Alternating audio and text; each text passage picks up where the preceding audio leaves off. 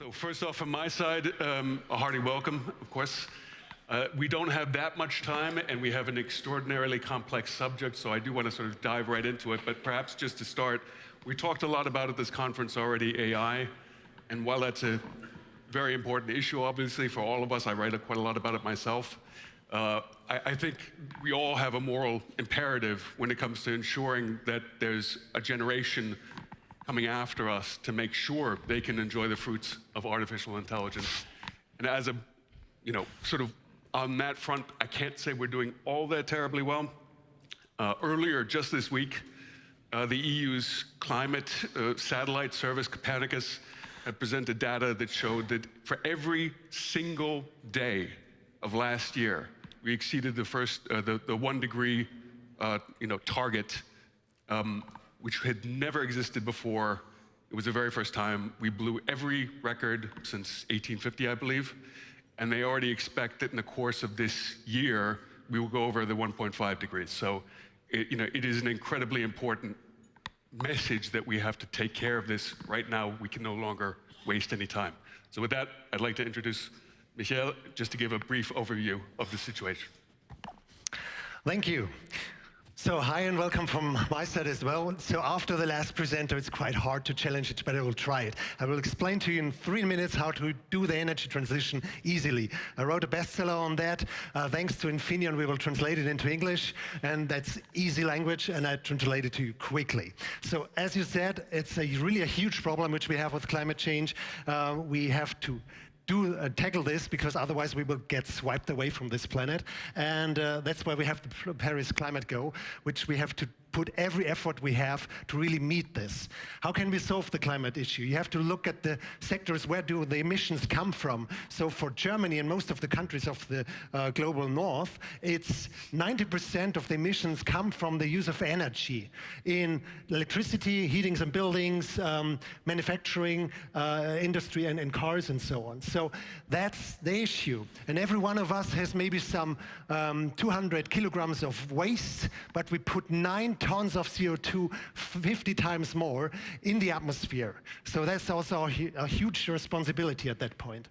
So, and the good news is that no matter if Trump or Biden is in charge, the world will shift towards 100% renewables, because wind and solar are the cheapest sources we have. Largely available, and they use the least land surface. So to say it easily, stupid, it's wind and solar. But wind and solar have the intermittency, how to store that. And everything will be connected to electricity. We will have the heat pumps, we will have the industry, where we talk about now. Industry cannot use only electricity, but also hydrogen and derivatives. We have electromobility, we have the buses, the lorries, the trains, the airplanes which need e-fuels, and we talk largely about AI. You can stop AI without any electricity. And the electricity is only running if you have storage. So if you ask an AI, what are you afraid of? Of being deplugged, okay? So you can forget about that if you cannot store it. And I'm one of the inventors of power to gas, which means we copy photosynthesis, we do the same as nature. We use sunlight to split water into hydrogen and oxygen. We do not stop at hydrogen, we add CO2, and then we have stored chemical energy with a high energy density. So that was my dissertation 15 years ago. Now it's called Power to X, and it's very important for industry. Why? Because this is how much energy the industry needs, and this is how much welfare they get out of it. And here down there we have steel, we have paper, we have chemicals, we have non-iron metals, we have glass. This is our energy-intensive industry, which you cannot throw away, because otherwise you do not have any machines, any cars, any manufacturing. So remember, that's what we talk about. It's so important to keep our industry and get it green in order to have green products. And I calculated how much hydrogen we need the hell of. And that's why we developed also instruments like H2 Global for global trade of hydrogen. We need a lot for electricity, heat, transport, everywhere. And if you want to know what's going on in Germany, that's our federal minister. We presented a hydrogen atlas where the plans are, what's going on. Have a look at that. And my take home for today is all technology is there. Just get it done. Let's just do it. Thank you.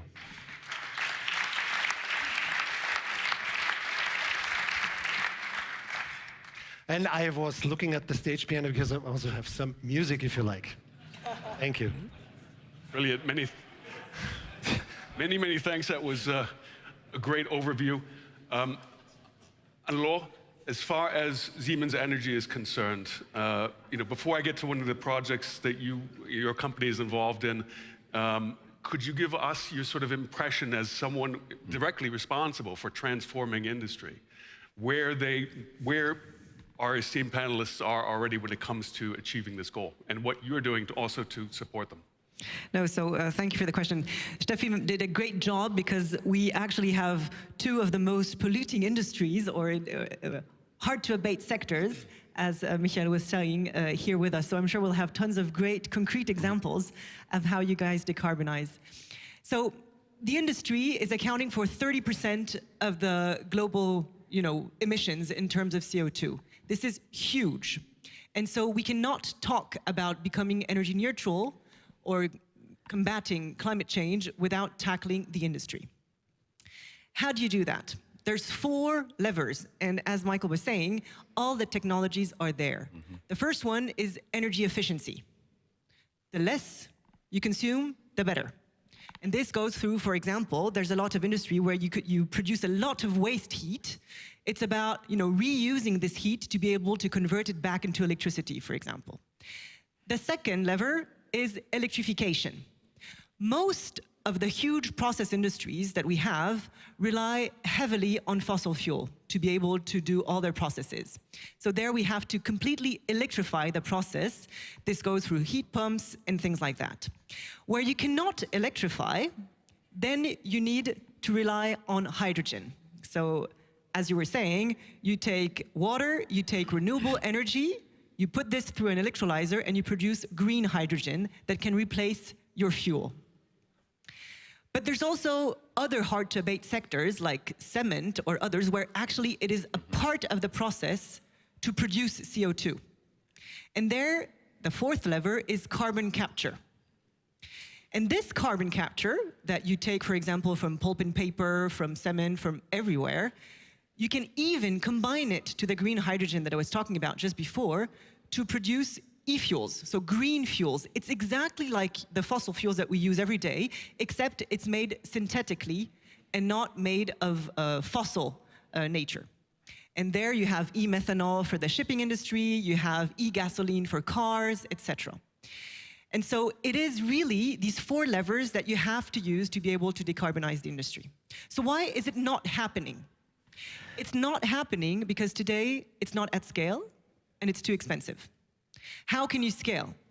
You need faster permitting, and this, in particular in Europe, we're very bad at that, and we need to accelerate big time, and we need the right financing. And the right financing means the right subsidies, the right, taking into account the price of the CO2 that you emit when you actually use a fossil fuel instead of a green fuel, for example, to be able to lower the difference between these 2 fuels that you're using. And finally, it's controlling the whole supply chain. The issue that we have with all these renewables that we're developing is all the raw metals and the raw material. Today, 90% of it is controlled by China. And if we don't do something about it, the whole issue that we today have, for example, with gas for our energy security, we're going to have the exact same with our raw metals. So I think these are the 3 challenges that we need to overcome to be able to grow fast, at scale, and decarbonize the industry. Thank you. And maybe on that subject, you mentioned briefly electrolysis, which I don't know how many people are familiar with this technology, but basically you split water atoms using electricity. And obviously that's very energy intensive, but the idea is to use it with renewable power. And one of the companies providing electrolyzers is Siemens Energy. And I had the pleasure of reporting once on one of your very interesting projects in Chile, where Porsche is effectively buying a very expensive form of synthetic fuel where you're using this. Could you explain a little bit about this project and the various stages? Yeah, no, completely. So the idea is when you take shipping, when you take automotive industry and all these transportation sectors, they rely today on gasoline, diesel, fossil fuels.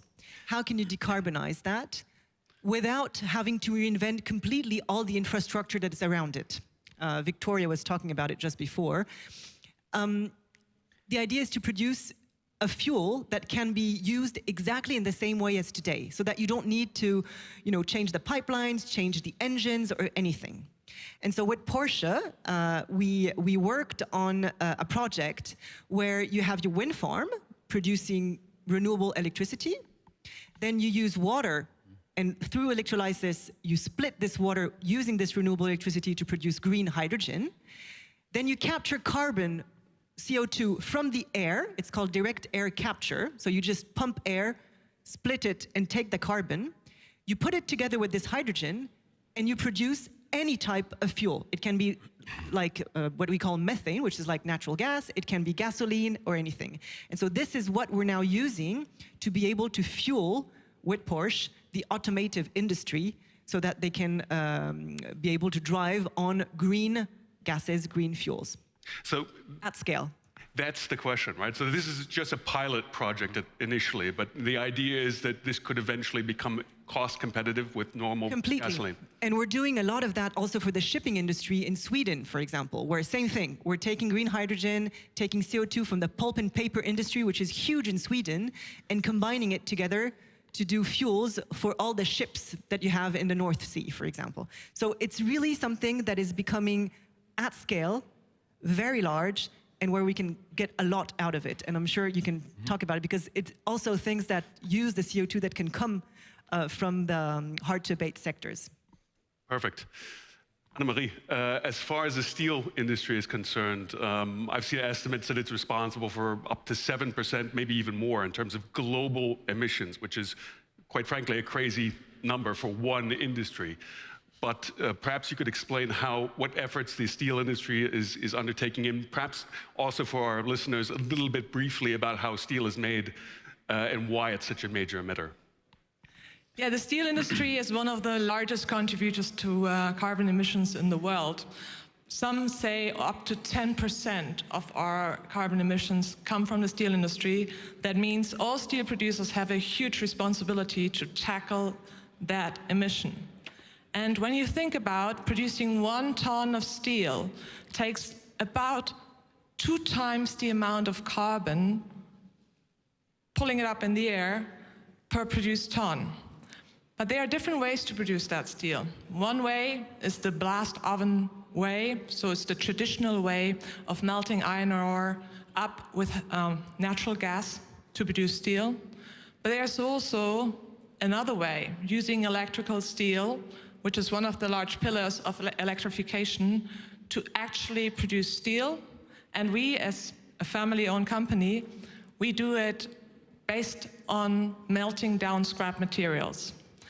That is only 20% of the rough average of carbon emissions per produced ton. So that means we are already far ahead in terms of being able to produce green steel. However, obviously, you can only use already produced steel to use that scrap in an electric arc furnace. So what are the alternatives? There's still a large demand to decarbonize all the traditional way of making steel. And when you look at Europe, we've just seen in Germany how heavily we rely on cutting down emissions from the industry. But when you think on the other part, the chances that it brings if we manage to decarbonize the industry and the production within Germany and within Europe, we really have a huge lever to be better and become better at decarbonization. But that means those industries need to stay in Germany and in Europe. And the key for that is cheap and green energy. And unfortunately, with all the electrification happening to produce green hydrogen or to electrify, we have huge demands in the future on the already quite drawn away energy markets. So one thing we always need to consider is not just the decarbonization efforts, but also how we can really transform very fast the energy system and the energy markets, not just within Germany, but within Europe, in order to be able to produce competitively, because otherwise those industries, they will move away from Germany and from Europe, and those emissions will happen elsewhere out of our control. I want to get to that briefly, but first also from your side in the chemical industry, she mentioned just a second ago, cheap, plentiful green energy. One of the reasons why your industry is such a major emitter is because you told me earlier, you literally have to tear apart these molecules, and the chemical bonds that hold these atoms together, need to be broken. So that is very energy intensive. What are the steps that you're taking to achieve, this hard to abate sector and achieve your targets? Well, first of all, I would like to thank Steffi for joining the third time. It's not the first, it's the third time on stage. And I would like to use the opportunity really to use all of you as a multiplier, because I think we need to change the mindset of our society towards energy. Let me come back to that in a second. Chemical industry is energy intensive because we make new molecules, we break molecules, and there's a chemical energy in that bond, and that cannot be substituted. So it will always take a lot of energy. And therefore, what we do, and we have a lot of efforts in electrifying our processes in order to make with green energy, and then you get to become climate neutral. And you make all these products that we need. And actually, I brought you one product which I think is essential also for this whole conference. This is polysilicon. This is hyper-pure silicon metal. And out of that, you make two great things. You make computer chips, and you make solar panels. And it is energy intensive. And here you see, that's the circle. We need more green energy, and I fully agree with Anne-Marie on that. We need more green energy, otherwise we cannot produce the stuff anymore. And then there we have an issue with AI, because we cannot run the server farms without the polysilicon. Or somebody else is doing it. And I think that's the same thing that we all don't want. We don't want to move to China or to somewhere. We want to stay here in Europe. We have a great basis of innovation, of technology, and now we need the mindset change. I think today, if you're talking to society about energy, everybody talks about saving. To be honest, I have a little different view, because the sun is shining all the time on this planet.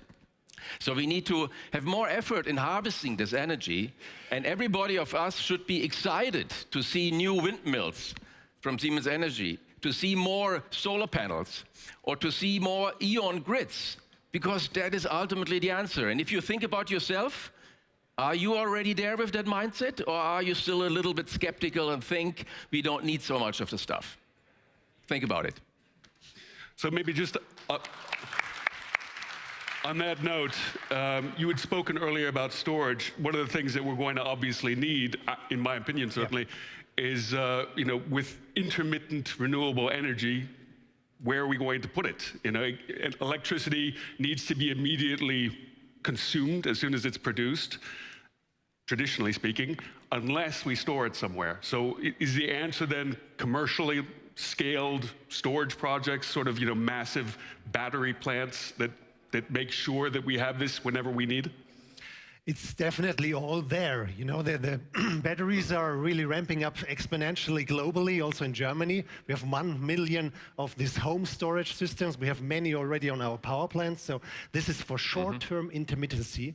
And if you have long terms, you go into the gas grid, because there everything is there. The pipelines, the gas infrastructure, the storage sites. We are in Munich. One of these gas storage sites could fill so much liters of beer that you could celebrate 700 years of Oktoberfest. Imagine yourself. Okay. What kind of a capacity is that? So having that said, we have hundreds of these storage sites in Germany and also around the globe. So the storage problem is technically solved, full stop. We have to transport that into society. No more blackouts if we do 100% wind and solar renewables. And then we can also transform the industry, which is desperately needing this green energy, to have green products, to have green AI, and so on. So please, can you join me? Who is in? Technology is the solution, and I'm in. Raise your hand. Thank you so much. Okay, there could be a few more. It's an important subject, but... All that are not on the handies, on the cell phones. A question for our representatives from the industry then. I'd spoken earlier to Christian about the subject of the carbon border tax here in Europe. And for many of you that might not know, for the very first time, I think it's the first of the kind worldwide, the steel industry that imports, when China sells us steel to Europe, we're going to have to start getting a report in terms of their CO2 footprint. And the idea is if they, at a later date, once we know all the figures, that we can start taxing them effectively for their CO2 footprint to make sure that there's an even playing field. And that is really the ultimate concept. It's called carbon leakage. What we don't want is to see the emissions simply move from Europe to China or to Latin America or wherever, where we lose our industry, we lose our jobs, our economy suffers as a result, and at the same time, the emissions actually go up. So that's the problem we need to solve, and generally speaking, it's called carbon leakage. The first attempt to solve this is through the carbon border tax. Christian, you said you weren't a particular fan of it, but perhaps we could just start with you as to explain why that's not the case, and then I'd love to ask the two ladies on the panel as well. Okay, yeah, well, the border adjustment tax, from the principle, I think it's not a bad idea. So you say when a product with a lot of CO2 comes into our region, it has to pay a higher tax. What's the problem? And therefore, I don't think it will work. First, it is complicated. To calculate it for one simple product might be easy. Let's calculate it for an iPhone, calculate it for a car. I tell you, we need to double the capacity of administration in Brussels. So maybe it's a good idea to buy real estate in Brussels. The second thing why I don't think it will fly is, what about the others? What do you think the Americans, or what do you think the Chinese will think about it? They think this is a trade barrier, and they will implement something similar. And third reason why I don't think it's successful, it will only work if the whole world works together, and not if single regions put on their own system. And therefore, I'm skeptical, although the concept itself has some clarity. Okay, thank you.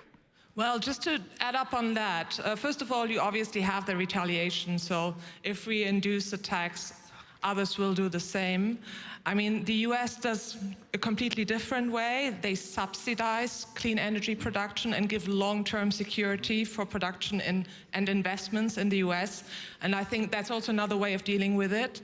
But on the other hand, we need to make sure there's a market for green products.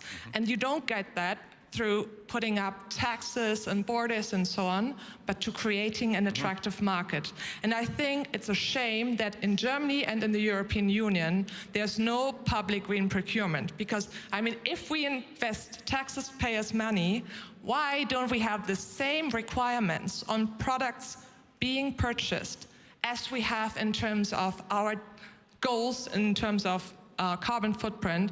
And I think that is the first start. Look after your own money, and then we can think about how we can regulate the market. We need a market for green products, but just regulating everything, you can't just put up another bureaucratic burden on us, I think. And maybe to add on this, so yes, the CO2 taxation is not a solution, and also because if you produce things in Europe with the CO2 tax, you're then not competitive when you want to sell this technology outside of Europe, where they don't have the CO2 tax. But at the same time, I think Europe has been too naive these past decades. Because unlike if you take the Chinese example, and if you take PV, for example, PV was actually invented in Europe. PV was invented by Siemens, actually, in Europe. Photovoltaic, just to make clear what we're talking about. Solar, the solar panels. It completely disappeared, and it's now completely Chinese. Why? Because the Chinese government, heavily subsidized, created a completely protected market for their Chinese companies so that they could scale, reach the right scale, have their costs down, and then flood the rest of the world. Super efficient technique. And because sometimes in Europe we're a little bit too naive on the fact that we need to have a free trade market, etc., we really got screwed. And so we need to avoid replicating this with wind, we need to avoid replicating this with green hydrogen, because these technologies are developed in Europe. And today, we're losing them. Wind, you take all the big Western wind companies, the wind technology companies, they're all in big, big trouble. And in reality, the Chinese are just flooding the market. So we also need to be a bit less naive on that and to create the right market in Europe to have this green energy demand. It means, as you were saying, Anne-Marie, creating the right procurement facilities so that we can say we will only, buy or subsidize if it's green, and you have to actually actively do it, for example. But we can't just look at prices today, otherwise, honestly, there's no more green energy technology in Europe in the next decade. A very impassioned statement. Michael, you wanted to make a quick... I exactly agree with you, because we always think climate action is something of the greens and the ecos and so. No, it's industry strategy, industry policy. And if we don't get into this mind, the industry will move away. So it's essential to have green energy here first. Second, I'm also a member of the National Hydrogen Council, and we're really putting our thoughts together how to ramp up, create this new market, which is existing for fossil but not for green. So it needs a market creation and a market ramp-up phase, and there, of course, we have also to put industry policy measures. But what I want to really point out is, first of all, we have to remove the fossil subsidies, because as long as we have subsidized fossil fuels, we influence the market so that green cannot come through. I just give you a figure. We have 65 billion euros in Germany in place to subsidize fossil fuel use. If you just remove one of them for the automotive industry or for the cars to buy them cheaper, you could finance a €9 ticket for the public transport for all Germans per year. So remove the subsidies, and then we have really a different game in the world for renewables. Thank you. An excellent point. It boggles the mind that we are still subsidizing the oil and gas industry to this day. Definitely, globally. Perhaps then, very quickly... You cannot imagine that in terms of all the floods and the catastrophes we see, we still subsidize, give money, publicity for destroying the planet more. How ridiculous and stupid is this? Let's stop this right now. Thank you. So, there's one thing I definitely would like to touch upon, which is this aspect, and this is also fairly European, the just transition mechanism. When we are trying to transform this economy to become carbon neutral by 2050, and I think Europe is really playing the leading role in terms of making sure the legislation is in place and holding us and the policymakers accountable to the population. But perhaps you could just briefly give a feeling in terms of, what does this mean for society? Because we don't want people to feel like they have been left behind. One sentence: we need to have a participation of the public people in wind, solar, and so on. We have a wind power plant at his place, and people are against it. I told him, go there and tell them, if you're opponist against these wind turbines, you will lose your job because they won't have electricity. So have a participation and awareness that this is important, and if you benefit monetarily, financially, then you also accept it much better. Brilliant point. No, I think that's very much what you were discussing. Very much true, Michael. I think at the end of the day, and that's what I meant in the beginning with that mindset change that we all need in society, it is exciting to be part of that transformation. And being part of transformation means really being part of it. So that, if there's a small society, a small village, and that builds 2 new wind turbines, people participate in the money, and that's a great story, I think. I have a feeling we're going to have to cut it there. I'm really sorry. I have to apologize to the two of you. That was not my fault. The music started to play. But in any case, it was a fascinating discussion. I think all of you were just brilliant panelists. Thank you. Let's go for it.